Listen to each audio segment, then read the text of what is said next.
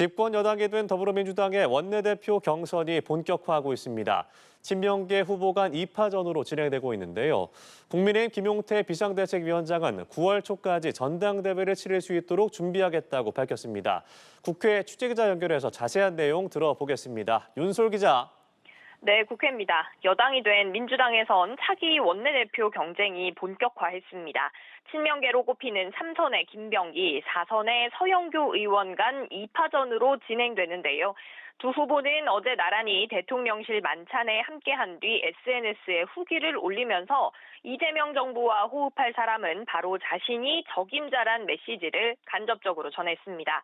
김 의원은 지난 5일 출마 선언에서 지금까지 이 대통령과 최고의 관계였듯 원내대표로서 최고의 당정 관계를 만들겠다고 밝혔고요. 서 의원은 오늘 오전 기자회견에서 유능한 이재명 정부와 호흡을 맞춰 법과 예산을 지원하는 국회 야당과 소통하며 협치하는 국회를 만들겠다고 강조했습니다. 차기 지도체제를 놓고 내홍을 겪고 있는 국민의힘은 오는 9월 초까지 전당대회를 개최할 수 있도록 절차를 진행하겠다고 말했습니다. 김용태 비상대책위원장은 오전 기자회견을 통해서 내년 지방선거를 비대위 체제가 아니라 선출된 당대표 체제로 치르는 것 자체가 당면 목표가 될 거라고 강조했습니다. 김 위원장은 동시에 탄핵 반대 당론을 무효화하고 후보 교체 사태 등 진상규명을 통해 당의 쇄신을 약속했는데요. 다만 본인의 전당대회 출마 여부에 대해선 출마할 생각이 전혀 없다고 선을 그었습니다. 네, 한편 여야가 이재명 정부 출범 직후부터 여러 쟁점 법안들을 놓고 정면 충돌하고 있죠.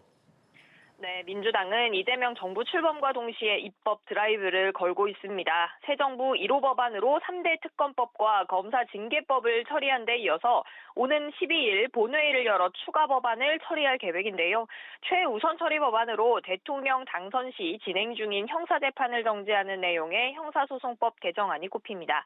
민주당은 지속적으로 헌법 제84조에 대통령의 불소추 특권을 규정하고 있다며 정상적인 국정 운영을 위해 재판을 받는 건 불가하다는 입장을 밝혀왔습니다.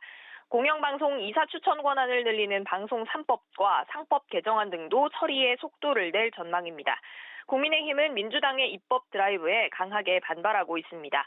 김용태 비상대책위원장은 오전 기자회견에서 이 대통령을 향해 대통령은 취임 전 진행돼 온 재판을 면제받기 위한 자리가 아닐 거라며 오는 18일로 예정된 공직선거법 위반 혐의 재판과 다음 달 예정된 불법 대북 송금 재판을 받을 의지가 있냐고 입장 표명을 요구했습니다. 또 대통령 당선 시 진행 중인 형사재판을 정지하도록 하는 형사소송법이 대통령 개인을 위한 법인지 아닌지도 함께 물었습니다. 다만 국민의힘은 현실적으로 민주당의 입법 드라이브를 저지할 대책이 없다는 점에서 여론전에 집중할 방침입니다. 지금까지 국회에서 연합뉴스TV 윤솔입니다.